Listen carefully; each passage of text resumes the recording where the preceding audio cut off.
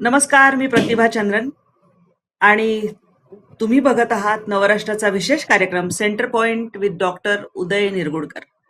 आज आपल्या सगळ्यांना आम्हा दोघांकडूनही स्वातंत्र्य दिनाच्या अनेकानेक शुभेच्छा. आणि सर, आपण दोघंही यांना शुभेच्छा देऊयात सगळ्यांना. या सर्वांना 80व्या स्वातंत्र्य दिनाच्या हार्दिक शुभेच्छा. आणि भारत एका अशा विशिष्ट टप्प्यावर पोहोचलेला आहे की आता यानंतरचा त्याचा प्रवास हा निश्चितपणे एका विकसित भारताकडे सुरू होतोय. त्या सर्वांसाठी आपल्या सगळ्यांना हार्दिक शुभेच्छा. आजचा विषय जो चर्चेला घेतलाय ना, तो खरं म्हणजे तसा लोकांना छोटा वाटत असला तरी अनेक अर्थांनी महत्वाचा आहे आणि त्याचे पैलूही अनेक आहेत. आजपासून इथले महाराष्ट्रामध्ये परप्रांतीय जे रिक्षा चालक आहेत ते आमच्याशी मराठीमध्ये बोलणार आहेत. आणि मराठीचा मुद्दा, मराठी अमराठीवाद हा महाराष्ट्रात अनेक वेळा जरी पेटला असला तरी हे एक सकारात्मक पाऊल या अर्थाने आहे की त्याबद्दल कुठलंही राजकारण न करता त्यांना प्रशिक्षण देऊन त्यांना निदान त्यांच्या कामाच्या वेळी बोलाचाले म्हणजे बोलता यावी. माफ करा, आणि ते एवढं वाक्य परत घेते. हा, तर त्यांना कामाच्या वेळी निदान किमान सहज सोपी मराठी बोलता यावी या दृष्टीने काही महत्वाची पावलं उचलली गेली. निरगुडकर सर आपल्या सोबत आहेत, तेच त्याबद्दलची अधिक माहिती देतील, कारण ते सुद्धा या ना त्या प्रकारे त्या उपक्रमाशी जोडलेले होते. सर, खरं हे पाऊल मला छान वाटलं, कारण इथे द्वेषाचं राजकारण नाही, बाहेरून आलेल्या लोकांना सामावून घेतलं जातंय आणि त्यांना आपल्या भाषा जी आहे, बोली भाषा थोडीफार ती शिकवली जाते प्रेमाने. विषयाच्या प्रस्तावनेमध्ये तुम्ही एक फार सुंदर वाक्य वाचलं आणि तेव्हापासून मला हसू आवरत नव्हतं. आणि ते म्हणजे आता परप्रांतीय मराठी भाषेत बोलणार. खरं तर आता मराठी माणूस मराठी भाषेत बोलणार असंही आपल्याला एक कार्यक्रम करता येईल अशी देखील परिस्थिती आहे. पण मराठी ही आपल्यासाठी जरी आपली मातृभाषा सगळ्यांची असली तरी राजकारण्यांसाठी ते एक हत्यार आहे आणि ते निवडणुकीत मतं मिळवायचं किंवा डॉमिनन्स दाखवायचं एक हत्यार आहे. दुसरा एक मुद्दा असा आहे की कर्नाटकामध्ये गेलात तर कन्नड भाषा, तमिळनाडूमध्ये गेलात तर तमिळ भाषा, किंवा पश्चिम बंगालमध्ये गेलात तर तुम्हाला त्यांची बंगाली भाषा याबद्दलची एक अस्मिता असते, एक टणत्कार असतो. श्रीमंत झालेले दोन बंगाली एकत्र आले तर ते आवर्जून एकमेकांशी बंगालीत बोलतात. तमिळ माणसं तर प्रामुख्यानं तमिळमध्ये बोलतात. अनेक वर्षापूर्वी एक मोठं तमिळ संगम झालं होतं, म्हणजे कला साहित्य अशा सगळ्याचा एक फार मोठा कॉन्क्लेव्ह. म्हणजे केवळ आपण मराठी साहित्य संमेलनाचं स्वरूप नाही तर याच्यामध्ये इतर अनेक बाबी पण आल्या, नाटक आलं, उद्योग आला, सगळं. त्याच्याकरता बजेट कितीचं असेल माहितीये? दर 2 वर्षांनी तर 250हून अधिक कोटीचं बजेट होतं. आणि आपल्याकडे मराठी साहित्य संमेलनाचं 5-10 कोटीचं बजेट झालं तर प्रश्नचिन्ह उपस्थित करणारी लोक मी आपल्याकडे पाहिलेली आहेत. त्यामुळे त्यांना त्यांच्या भाषेचा जसा अभिमान छातीवर मिरवता येतो आणि त्यांच्या तमिळ भाषेच्या प्रश्नासाठी, तमिळनाडूसाठी, कन्नड भाषिक जसे कर्नाटकासाठी एकत्र येतात तसे आम्ही खासदार आमदार आमचे मराठी भाषेसाठी एकत्र येतात का, तर ते प्रश्नचिन्ह आहे. आणि एकीकडे मराठी भाषा च्या शाळा बंद पडतायत आणि दुसरीकडे आमच्या भाषेला अभिजात दर्जा मिळतोय. हे दोन्ही एकाच वेळी घडताना आपल्याला दिसतंय. आज घरामध्ये पेपर आला, मराठी पेपर, तर ते वर्तमानपत्र आल्यानंतर मुलं मराठी पेपर हातात घेत नाहीत, तर मुलं इंग्रजी हातात घेतात पटकन. याचं कारण शाळा, ग्रामीण भागातल्या शाळा ज्या आता बंद पडल्याबद्दल ओरड अभिजित दिपके वगैरे करतायत, तर तिकडे मुलं इंग्रजी शाळेकडे शिफ्ट होत आहेत. हा त्यातला खरा भाग आहे. आणि याचं वर्णन कुसुमाग्रजांनी केलेलं होतं. कुसुमाग्रजांनी सांगितलं होतं की भजरी वस्त्र फाटकी तुटकी घालून मंत्रालयासमोर मराठी हातात भिक्षापात्र घेऊन उभी आहे. सरकारी वंचना या सगळ्याला कारणीभूत आहेत. सरकार बदलली पण मराठीबद्दलचं धोरण काही सक्षमपणे पुढे आलेलं आपल्याला दिसत नाही. आणि त्याच्यामुळे मराठी शाळा बंद पडतायत, व्यवहारातून मराठी हद्दपार होत आहे. आणि मग 12 बलुतेदारांकडचंही मराठी जातंय की काय, कारण शहरांमधले जे 12 बलुतेदार आहेत, मग ते ड्रायव्हर असतील, ओला उबेरचे, रिक्षाचे ड्रायव्हर असतील, केस कापायला तुम्ही गेलात तर तो समाज असेल, तुम्ही कुठलेही 12 बलुतेदारांची कामं जी असतात, सुतार असेल, ही सगळी मंडळी शहरांमध्ये विशेषतः पुणे, मुंबई, नाशिक, नागपूर, छत्रपती संभाजीनगर या सगळ्या भागामध्ये हमखासपणे हिंदी बोलणारे आढळतात. आणि मग तो नुसता हिंदी भाषेचा टणत्कार नसतो, तर मग त्याचं पुढे एका पॉलिटिकल फोर्समध्ये पण रूपांतर होतं आणि त्याचं एक भीषण स्वरूप म्हणजे कृपाशंकर सिंग आपण पाहिलेले आहेत, की त्यांची जी विधानं येतात त्याला कारण त्याला मिळणारं समर्थन असतं. म्हणूनच संभाषणात्मक मराठीची जी सक्ती या सरकारनं केली त्याबद्दल सर्वप्रथम देवेंद्र फडणवीस सरकारचं मी अभिनंदन करतो. आणि तेवढंच अभिनंदन एकनाथ शिंदे यांच्या शिवसेना पक्षाचं देखील करतो, की त्यांनी देखील ही गोष्ट लावून धरली. आणि त्यांचे जे परिवहन मंत्री आहेत प्रताप सरनाईक, आमच्या ठाण्याचेच आमदार आहेत, त्यांनी या प्रश्नाच्या अंमलबजावणी संदर्भात जे काय बारीक सारीक शेकडो गोष्टी असतात, टाईंग द लूज एंड ज्याला आपण म्हणतो, की सगळे धागे एकत्र आणणं शेवटी, आणि ती सक्ती नुसती करायची नाही तर त्याकरता समन्वय संवाद हा त्यांनी चालू केला आणि प्रशिक्षणाची कल्पना पुढे आणली. आणि मला असं वाटतं त्याबद्दल त्यांच्या पक्षाला, एकनाथ शिंदे, देवेंद्र फडणवीस यांचं कौतुक करावं तेवढं कमी आहे. सर, हा जो प्रशिक्षण कार्यक्रम घेण्यात आला याच्याबद्दलची थोडी माहिती द्याल का? कारण की किती लोकांना प्रशिक्षण दिलं गेलं, त्याच्यामध्ये ट्रेनर्स कोण होते आणि त्यांची एक छान परीक्षा झाली, त्या परीक्षेच्या वेळचे अनुभव सुद्धा चांगले असतील. मग म्हणतो की अशा प्रकारे मराठीची सक्ती का करता आली, तर 1989 सालचा आपल्याकडे शासनानं पारित केलेला कायदा आहे. आणि जेव्हा तुम्हाला रिक्षा चालवायचं, टॅक्सी चालवायचं परमिट मिळतं किंवा तुम्हाला लायसन मिळतं, त्यावेळेला तुम्हाला एक अंडरटेकिंग द्यावं लागतं, प्रतिज्ञापत्र द्यावं लागतं, स्टॅम्प पेपर. आणि ते असतं की आम्हाला संभाषणात्मक मराठी येतं आणि त्याचा आम्ही वापर करतो. आणि त्याची अंमलबजावणी झालेली नव्हती. या सरकारने काय केलं असेल तर त्याची फक्त अंमलबजावणी केलेली आहे. आणि त्याच्यामुळे काय घडतंय तर एक वृत्ती बदलते, आणि ती बदलण्याकरता नुसती सक्ती करून चालणार नव्हती, कारण सक्ती केली असती तर बॅकफायर झालं असतं. आणि युनियननी त्या विरोधात स्टँड घेतलेला होता, संघटना त्याच्या विरोधात आलेल्याच होत्या, आणि त्यामुळे 1 मेला जी अंमलबजावणी होणार होती ती पुढे ढकलावी लागली. आणि मग त्याच्यानंतर सरकारने थोडा सांधा बदलला असं म्हटलं तरी हरकत नाही. ह्याच्यामध्ये मराठी भाषा विभागाला त्यांनी ओढून घेतलं. आणि त्याचे जे मंत्री आहेत उदय सामंत, त्यांनी मराठी भाषा विभागातल्या बजेटमध्ये त्याची जी आर्थिक तरतूद केली. आणि मग संपूर्ण महाराष्ट्रभर आणि विशेषतः पुणे, मुंबई या ठिकाणी, ठाणे वगैरे या ठिकाणी याचे प्रशिक्षण वर्ग सुरू झाले. मग त्याचा अभ्यासक्रम कोणी करायचा, तर तो मुंबई साहित्य संघाने करायचा. बरं, तो अभ्यासक्रम कसा पाहिजे, याच्यामुळे काही कोणी मराठीचा पंडित आणि लगेच संदर्भासह स्पष्टीकरण आणि कविता म्हणायला लागेल असं नाहीये. पण किमान तुम्ही तुमच्या रिक्षात एखादा पेशंट, एखादा प्रवासी बसतो, त्यावेळेला तुम्ही त्याच्याशी वागता कसे, बोलता कसे, त्याची भाषा देता का, याच्याकरता मी आपल्या प्रेक्षकांसाठी दाखवतो. हे अशा प्रकारची पुस्तिका तयार करण्यात आलेली आहे, ही बघा. आणि ही जी पुस्तिका आहे त्या पुस्तिकेमध्ये अशी सचित्र माहिती आहे, आणि त्याच्यात छोटी छोटी वाक्य आहेत. आता काय वाक्य आहेत जी आपण सहज हिंदीमध्ये बोलतो?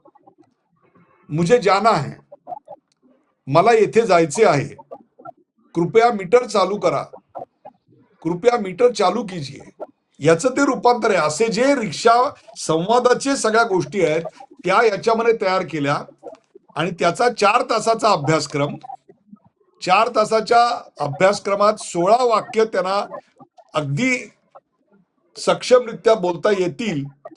आणि अशा प्रकारे कालपर्यंतचा डेटा माझ्याकडे आहे, कारण सुदैवाने हा डेटा, हा सगळा माहिती गोळा होत होती त्याच्या अंतिम क्षणी मी तिकडे गेलेलो होतो. अर्थात हा कार्यक्रम तुमच्यापर्यंत प्रक्षेपित होईपर्यंत आणखीन त्याच्यात निश्चित वाढ झालेली असेल.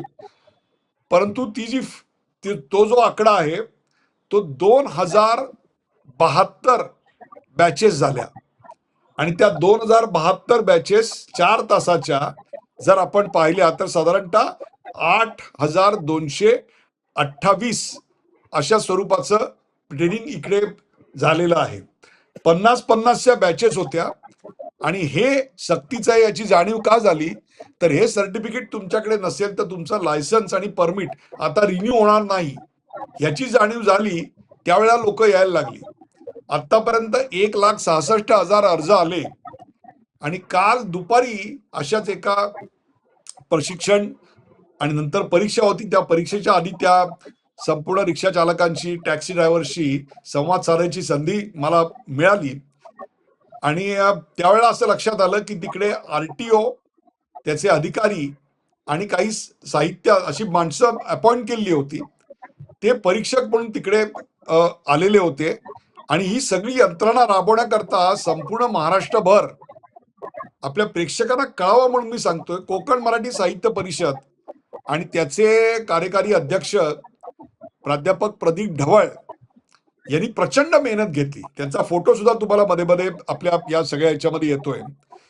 त्यांनी 1,600 टीचर्सचं पहिले एक ट्रेनिंग आणि ओरिएंटेशन घेतलं आणि त्यांनी मिळून 4 लाख तासाचं मराठी भाषेचं ट्रेनिंग कंप्लीट केलं.